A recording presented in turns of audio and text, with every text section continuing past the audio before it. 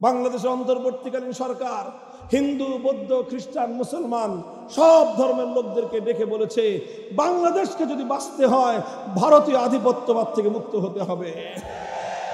অন্তর্বর্তীকালীন সরকার সমস্ত রাজনৈতিক দলগুলোকে ডেকে ঐক্যমত পোষণ করেছে, বাংলাদেশ আর ভারতের কাছে নতজানু পররাষ্ট্রনীতি নিয়ে চলবে না, সাম্যের ভিত্তিতে অধিকার সমান সমান চলবে, তাহলেই তোমাদের সঙ্গে আমাদের কূটনৈতিক সম্পর্ক থাকবে, অন্যথায় সেই সম্পর্কে আগুন ধরা।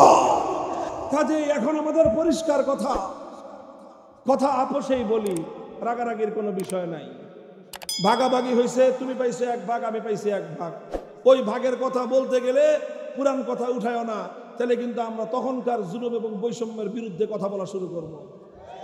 তখন আবার আমরা দার্জিলিং দাবি করব, সীমান্তর কাঁটাতারের বেড়া সোজা করার কথা বলবো, আমাদের থেকে জোর করে যেই সমস্ত ভূখণ্ডগুলো কেড়ে নেওয়া হয়েছে সেই সব ভূখণ্ডের দাবি তুলব।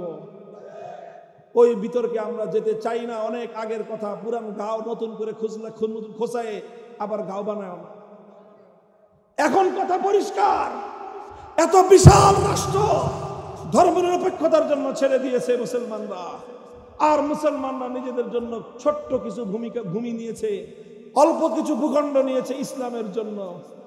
এখন যদি কারো ইসলাম দেখলে অ্যালার্জি হয়, ধর্মনিরপেক্ষতাবাদের প্রতি এতই পীড়িত থাকে, তোমার নেত্রীর মতো তুমিও চলে যাও, সীমান্ত খোলা আছে। কথা বলেন ঠিক না বেঠিক? ধর্মনিরপেক্ষতা পছন্দ হোক, হিন্দুত্ববাদ পছন্দ হোক, যাও গিয়া তুমি। শাহজালালের বাংলায়, খানজাহানের বাংলায়, হাজী শরীয়তুল্লাহর বাংলা মুক্ত হয়েছে, স্বাধীন হয়েছে, রক্ত দিয়ে কেনা হয়েছে, ধর্মনিরপেক্ষ মতবাদের জন্য নয়, ইসলামের জন্য, আল কোরআনের রাজ গড়বার জন্য।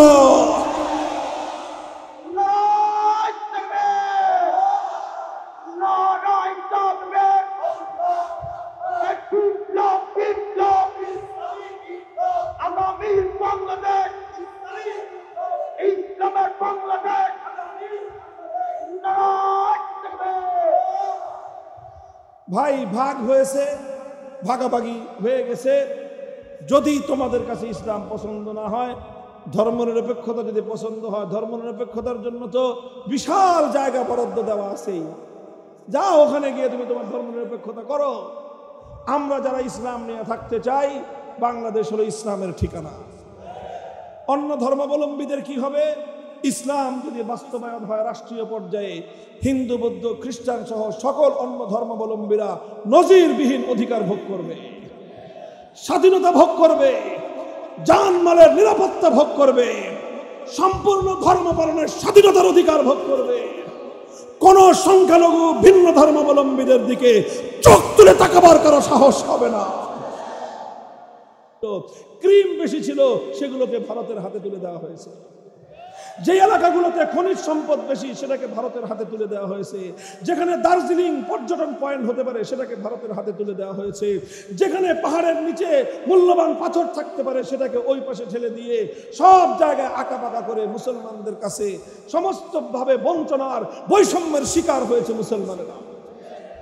আমরা সব বৈষম্য মেনে নিয়েছি, সমস্ত জুলুম আমরা মেনে নিয়েছি, আমরা ঠকে গিয়েছি। যতটুকু পাওয়ার কথা তার চেয়ে অনেক কম পেয়েছি। অনেক কম পাওয়ার পরেও সান্ত্বনা আমাদের একটাই ছিল, আমাদের পূর্বপুরুষদের একটাই বক্তব্য ছিল, রাষ্ট্র আমাদের ছোট হতে পারে, রাষ্ট্র আমরা গরিব হতে পারি, রাষ্ট্র আমরা অনুন্নত হতে পারি, আমরা অর্থনৈতিক অনটনে থাকতে পারি, 3 বেলা না খেয়ে থাকতে পারলে 1 বেলা খাবো, 1 বেলাও পেটে খাবার না জুটলে প্রয়োজনে আমরা পেটে পাথর বাঁধবো, কিন্তু আমরা এমন একটা রাষ্ট্র চাই, এমন একটা ভূখণ্ড চাই, এমন একটা মানচিত্র চাই, যে মানচিত্রে ব্রিটিশ প্রবর্তিত কালো আইন চলবে না, ব্রিটিশদের মানব রচিত কোনো তন্ত্রমন্ত্র চলবে না, যে রাষ্ট্রে আইন চলবে একমাত্র কার। এই ছিল আমাদের পূর্বপুরুষদের চেতনা, এই ছিল আমাদের পূর্বপুরুষদের তামান্না, হৃদয়ের আকাঙ্ক্ষা। এভাবেই দেশটা ভাগ হলো। দেশ ভাগ হওয়ার পর থেকে শুধুমাত্র আমাদের বঞ্চনার ইতিহাস। 1947 সালের পর থেকে ইতিহাস, মুসলমানদের সঙ্গে তাদের নেতৃবৃন্দ, রাজনৈতিক নেতাদের গাদ্দারির ইতিহাস। মুসলমানদের জাতির সঙ্গে তাদের রাজনৈতিক লিডারদের বিশ্বাসঘাতকতার ইতিহাস, মুসলিম নেতৃবৃন্দের আল্লাহর সঙ্গে এবং ইসলামের সঙ্গে গাদ্দারির ইতিহাস, বিশ্বাসঘাতকতার ইতিহাস। 24 বছর পর্যন্ত স্বৈরাচারী পশ্চিম পাকিস্তানি শাসকরা জাতির সঙ্গে কৃত ওয়াদা পুরা করলো না। ওরা শুধুমাত্র কালক্ষেপণ করতে করতে করতে করতে 24টা বছর কাটায় দিল। কিন্তু প্রতিশ্রুতি মাফিক, ওয়াদা অনুযায়ী, বিশ্বাস অনুযায়ী, কমিটমেন্ট অনুযায়ী মুসলিম রাষ্ট্রে ইসলামী শাসন প্রতিষ্ঠা করলো না। কোরআনী সংবিধান ওরা বাস্তবায়ন করলো না। এরপরে আসলো 1971 সাল। জালিমের বিরুদ্ধে মজলুমের লড়াই ছিল 1971 সালের আগে, এবং 71 সালের মুক্তিযুদ্ধ চলাকালীন 9 মাসে কোন নেতা, কোন নেত্রী, পাতি নেতা, খাতি নেতা, ছাতি নেতা কেউ কোনদিন বাংলাদেশের মাটিতে আওয়াজ তুলবার সাহস পায় নাই যে দেশটা স্বাধীন হলে ধর্মনিরপেক্ষ রাষ্ট্র হবে। 47 থেকে 71, 71-এর 26শে মার্চ থেকে নিয়ে 16ই ডিসেম্বর পর্যন্ত কেউ একথা বলে নাই যে এই দেশ ধর্মনিরপেক্ষতা মতবাদ অনুযায়ী চলবে। সকলেই বলেছিল ইনশাআল্লাহ, সকলেই বলেছিল আল্লাহ কোরআন সুন্নাহর আইন অনুযায়ী চলবে, সকলেই বলেছিল কোরআন সুন্নাহ বিরোধী কোনো আইন চলবে না। এই সব কথা বলে 1971-এর 16ই ডিসেম্বর যখন বাংলাদেশ স্বাধীন হলো, স্বাধীনতার পরপর ভারতের একতরফা চাপে ভারতের প্রধানমন্ত্রী তৎকালীন শ্রীমতী ইন্দিরা গান্ধী বাংলাদেশের স্বাধীনতার নেতা শেখ মুজিবুর রহমান সাহেবকে ডেকে নিয়ে তাকে জোরপূর্বক ধরায় দিলেন। বললেন, ভারতে যেই সংবিধান আছে সেই হুবহু ভারতের সংবিধানের মূলনীতিগুলো কপি করে তোমাকে বাংলাদেশের সংবিধান তৈরি করতে হবে। এগুলো আমাদের বানানো কথা নয়। 72 সালের সংবিধানের মৌল 4 নীতি, ধর্মনিরপেক্ষবাদ, জাতীয়তাবাদ, গণতন্ত্র, সমাজতন্ত্র, এই 4 মূলনীতি ভারতের সংবিধান থেকে কপি করা। অর্থাৎ 71 সালে বাংলাদেশ পশ্চিম পাকিস্তানি হানাদারদেরকে ঠেঙ্গায় বিদায় করেছে, আর সঙ্গে সঙ্গে বাংলাদেশটাকে ভারত মাতার চরণতলে বলি দেওয়ার ব্যবস্থা করা হয়েছে। লম্বা ইতিহাস। 75-এর পট পরিবর্তনের পরে কিছুটা চেষ্টা করেছেন 2-1 লোক ভারতের চরণতল থেকে বাংলাদেশটাকে মুক্ত করার জন্য। যারাই যখন চেষ্টা করেছে ভারতের চরণতল থেকে বাংলাদেশকে স্বকীয় এবং স্বাধীনতার চেতনায় উজ্জীবিত হয়ে বাংলাদেশকে মাথা উঁচু করা, আত্মসম্মান বোধে উজ্জীবিত এক জাতি হিসেবে প্রস্তুত করতে, তারাই হত্যাকাণ্ডের শিকার হয়েছে। এভাবেই চলতে চলতে সর্বশেষ আবার 2008 সালে নির্বাচিত হয়ে সেই আওয়ামী লীগ নেত্রী শেখ হাসিনা আবার বাংলাদেশের সংবিধান থেকে আল্লাহর উপর আস্থা এবং বিশ্বাসকে হটায় দিয়ে আবার সেই ভারত থেকে আমদানি করে ধর্মনিরপেক্ষ মতবাদ সংবিধানের মধ্যে পুনঃপ্রবর্তিত করে। এখন 2024 সালের বাংলাদেশ, এখন 2024 সালের বাংলাদেশ। 2008 সালের ইতিহাস ভুলে যান, 2024 সালের ইতিহাস ভুলে যান, 2019 সালের বৈষম্যের বাংলাদেশ ভুলে যান, 2024 সালের প্রহসনের নির্বাচনের ইতিহাস ভুলে যান। বলবেন সব ভুলবো, মনে রাখবো কি? 3টা জিনিস শুধু মনে রাখতে হবে।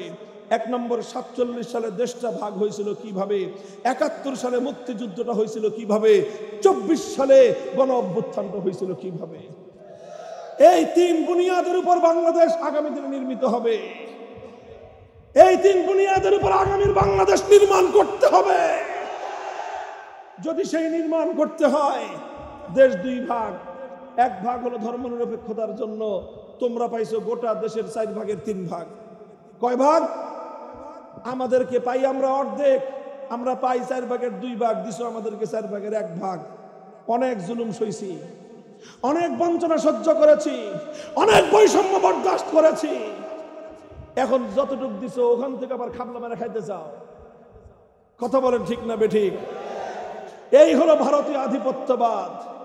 এতদিন তো 54 বছর ধরে শুধু হুজুররা চিৎকার করেছি, এখন তো শুধু হুজুরদের বলতে হয় না। বাংলাদেশের অন্তর্বর্তীকালীন সরকার হিন্দু, বৌদ্ধ, খ্রিস্টান, মুসলমান সব ধর্মের লোকদেরকে ডেকে বলেছে, বাংলাদেশকে যদি বাঁচতে হয় ভারতীয় আধিপত্যবাদ থেকে মুক্ত হতে হবে। অন্তর্বর্তীকালীন সরকার সমস্ত রাজনৈতিক দলগুলোকে ডেকে ঐক্যমত পোষণ করেছে, বাংলাদেশ আর ভারতের কাছে নতজানু পররাষ্ট্রনীতি নিয়ে চলবে না, সাম্যের ভিত্তিতে অধিকার সমান সমান চলবে। তাহলেই তোমাদের সঙ্গে আমাদের কূটনৈতিক সম্পর্ক থাকবে, অন্যথায় সেই সম্পর্কে আগুন ধরা।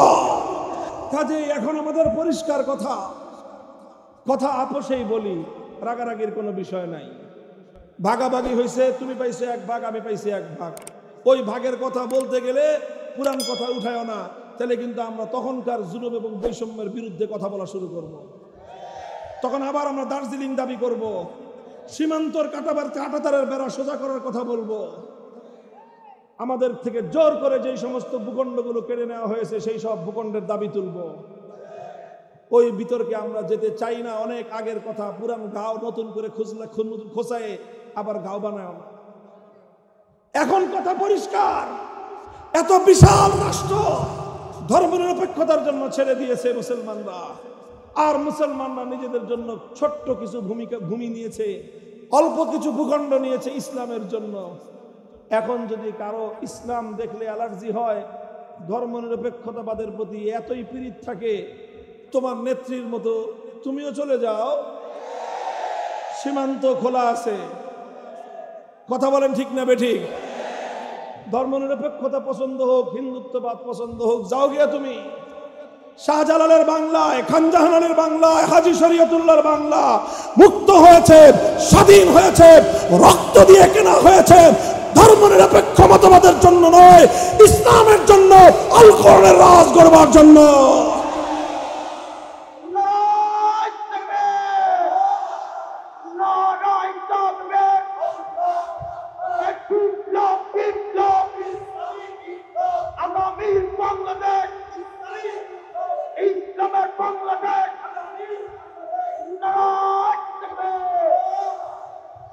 ভাই ভাগ হয়েছে, ভাগাভাগি হয়ে গেছে। যদি তোমাদের কাছে ইসলাম পছন্দ না হয়, ধর্মনিরপেক্ষতা যদি পছন্দ হয়, ধর্মনিরপেক্ষতার জন্য তো বিশাল জায়গা বরাদ্দ দেওয়া আছেই, যাও ওখানে গিয়ে তুমি তোমার ধর্মনিরপেক্ষতা করো। আমরা যারা ইসলাম নিয়ে থাকতে চাই, বাংলাদেশ হলো ইসলামের ঠিকানা। অন্য ধর্মাবলম্বীদের কি হবে? ইসলাম যদি বাস্তবায়ন হয় রাষ্ট্রীয় পর্যায়ে, হিন্দু বৌদ্ধ খ্রিস্টান সহ সকল অন্য ধর্মাবলম্বীরা নজিরবিহীন অধিকার ভোগ করবে, স্বাধীনতা ভোগ করবে, জানমালের নিরাপত্তা ভোগ করবে, সম্পূর্ণ ধর্ম পালনের স্বাধীনতার অধিকার ভোগ করবে। কোন সংখ্যালঘু ভিন্ন ধর্মাবলম্বীদের দিকে চোখ তুলে তাকাবার কারো সাহস হবে না। এই ভণ্ডামের রাজনীতিও বন্ধ হবে। রাতের অন্ধকারে কালনাগিনী হয়ে ছবল মারা, দিনের আলোতে ওজা হয়ে ঝাড়তে আসার এই নাটকের রাজনীতি চলবে না। সেজন্য আমাদেরকে ইসলামী রাষ্ট্র ব্যবস্থা প্রতিষ্ঠার জন্য সোচ্চার হতে হবে। মুহতারাম হাজিরিন, আমার আলোচনা শেষ। আমি আপনাদের কাছে একটা কথাই বলতে চাই, দেখেন অনেক রঙের বাংলাদেশ দেখা হয়েছে, কথা বলেন ঠিক না বেঠিক? আমরা এক সময় সোনার বাংলাদেশ দেখেছি, এরপরে নতুন বাংলাদেশ দেখেছি। তাই বসেন, মূল কথাই তো শোনেন নাই মিয়া, তাই বসেন। আমরা প্রথমে সোনার বাংলাদেশ দেখলাম, এরপরে নতুন বাংলাদেশ দেখলাম, এরপরে সবুজ বাংলাদেশ দেখলাম, এরপরে ডিজিটাল বাংলাদেশ দেখলাম, সবশেষে স্মার্ট বাংলাদেশও দেখা শেষ। কথা বলেন ঠিক না বেঠিক? জুলাই আগস্টের বিপ্লবের পর বাংলার টেকনাফ থেকে তেঁতুলিয়ায় মুসলিম জনপদ থেকে যেভাবে ভাস্কর্য নামক মূর্তিগুলোকে বিদায় করে হয়েছে, এর ভিত্তিতে আমরা এখন স্বপ্ন দেখছি আগামীর বাংলাদেশ হবে ইসলামের বাংলাদেশ, খেলাফতের বাংলাদেশ।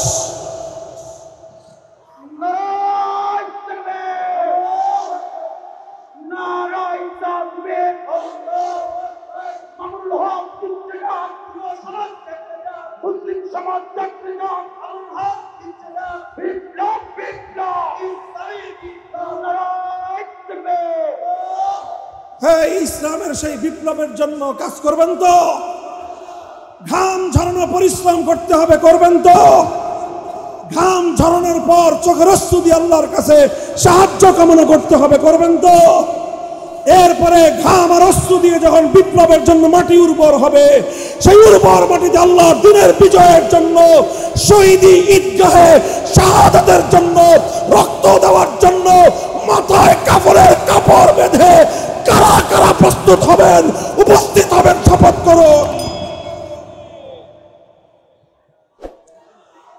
এইটা খালি কথার কথা না শপথ? এটা শুধু কথার কথা না, অঙ্গীকার। এই শপথ কার সাথে? এই অঙ্গীকার কার সাথে? আল্লাহ পাক এই অঙ্গীকার রক্ষা করার তৌফিক দান করেন।